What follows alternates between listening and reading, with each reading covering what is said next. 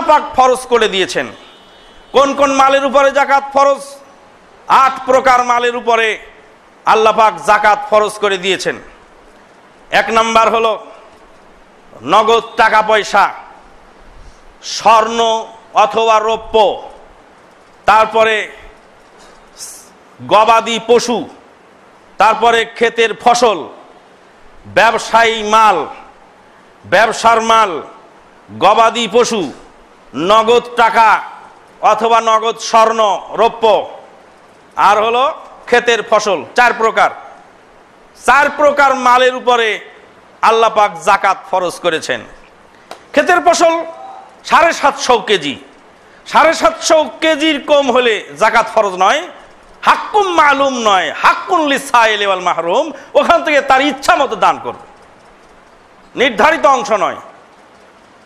যে সমস্ত ফসল সংরক্ষণ করা যায় সেগুলি যাকাত লাগে, আর যেগুলি ওয়ান টাইম ইউজ কাঁচা তরকারি, এই ওয়ান টাইম ইউজ কাঁচা তরকারি যেগুলি, ওগুলি যাকাত নাই। রাসূলুল্লাহ সাল্লাল্লাহু আলাইহি ওয়াসাল্লাম বলেন লাইসা ফিল খাদরাওয়াতে সাদাকা, শাকসবজির মধ্যে যাকাত নাই, তবে সেখান থেকে কিছু দান সাদকা করতে হবে।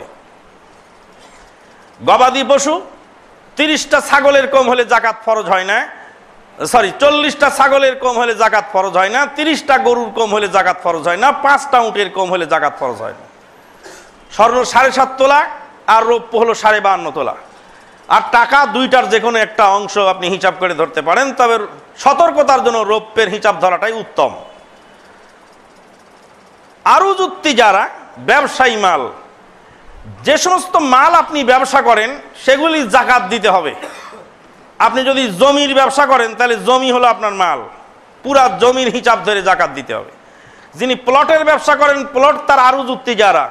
যিনি ফ্ল্যাটের ব্যবসা করেন, তার ফ্ল্যাট হলো তার আরুজুত যারা। কতটি ফ্ল্যাট তার কেনা আছে, আর কতটি ফ্ল্যাট বিক্রি আছে, কতটি টাকা নগদ আছে, কতটি ফ্ল্যাট আছে, ফ্ল্যাটের যা দাম আছে সেই দাম ধরে তাকে দিতে হবে।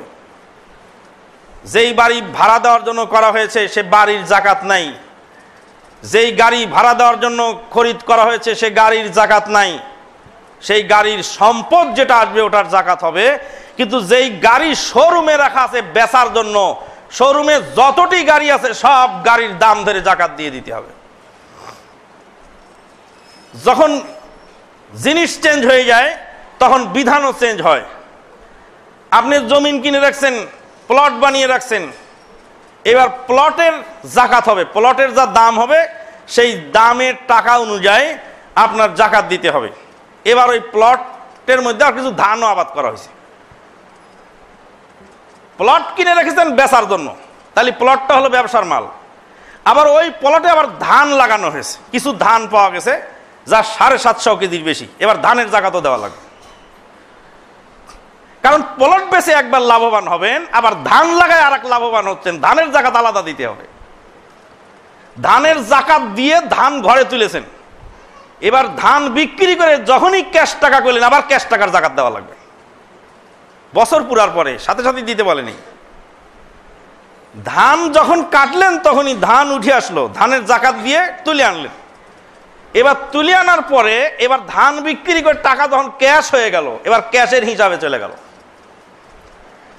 যেদিন থেকে আপনার মাল নেশাবে পরিণত হয়েছে সেদিন থেকে যাকাত ফরজ হয়েছে। আজকের তারিখে যাকাত আপনার ফরজ হয়েছে। আগামী বছরে 1 বছর পূর্ণ হলে যাকাত দিতে হবে, তবে বছর ইংরেজি বছর নয়, আরবি বছর। ইংরেজি বছরে কম থাকে কয়দিন, 11-12 দিন কম থাকে বছরে। আরবি বছরে যাকাত দিতে হবে। আরবি বছরে যাকাত দিলে 33 বছরে 34 বার যাকাত দেওয়া লাগবে, আর ইংরেজি বছরে দিলে 33 বছরে 33 বার। 1 বছরে যাকাত মাফ হয়ে যাবে যদি ইংরেজিতে দেয়। তার মানে হাসরের ময়দানে 1 বছরের যাকাত নিয়ে আবার আপনাকে ঘাড়ে উঠতে হবে। সুবহানাল্লাহ বিহামদিহি সুবহানাল্লাহিল আযীম। বছর পূর্ণ হওয়ার আগে মাঝখান দিয়ে যত মাল ইনক্লুড হয়েছে সব মালের যাকাত দিতে হবে। ওয়াল ফারউ তাবিউন লিল আসল। আপনার মাল জমা ছিল 10 লাখ, 10 লাখ টাকা জমা রেখেছিলেন বা 10 লাখ টাকা দিয়ে ব্যবসা শুরু করছেন। এই মাল 1 বছর ব্যবসা করতে করতে করতে করতে 1 বছর পরে 13 লাখ হয়েছে। তার মানে 10 লাখের মধ্যে 3 লাখ বাড়তি, এটা ইনকাম, লভ্যাংশ। এই লভ্যাংশ যে 3 লাখ, এই 3 লাখ একদিনে ঢোকে নাই। 6 মাস পরে কিছু লাভ হয়েছে, 9 মাস পরে কিছু লাভ হয়েছে, 7 মাস পরে কিছু লাভ হয়েছে, 10 মাস পরে কিছু লাভ হয়েছে। জাকাত যেদিন হিসাব করতে তার আগের দিনেও কিছু লাভের টাকা ওর মধ্যে ঢুকছে। এতে 1 দিন হয়েছে, ওর তো 9 দিন হয়েছে, ওর তো 6 দিন হয়েছে, ওর তো 3 মাস হয়েছে, আর এর মূল টাকাটার 1 বছর হয়েছে। মূল টাকা যেহেতু 1 বছর পুড়ে গেছে, মাঝখানে যেগুলি ঢুকছে সবগুলি একসাথে হিসাব করতে হবে। 30টা গরু হলে জাকাত হয়। জাকাত যেদিন হিসাব করবেন, হিসাব করার আগের দিন যেসব বাছুর জন্ম নিয়েছে সেসব বাছুরগুলি গোনার মধ্যে ধরতে হবে। সুবহানাল্লাহ বিহামদিহি সুবহানাল্লাহিল আযীম।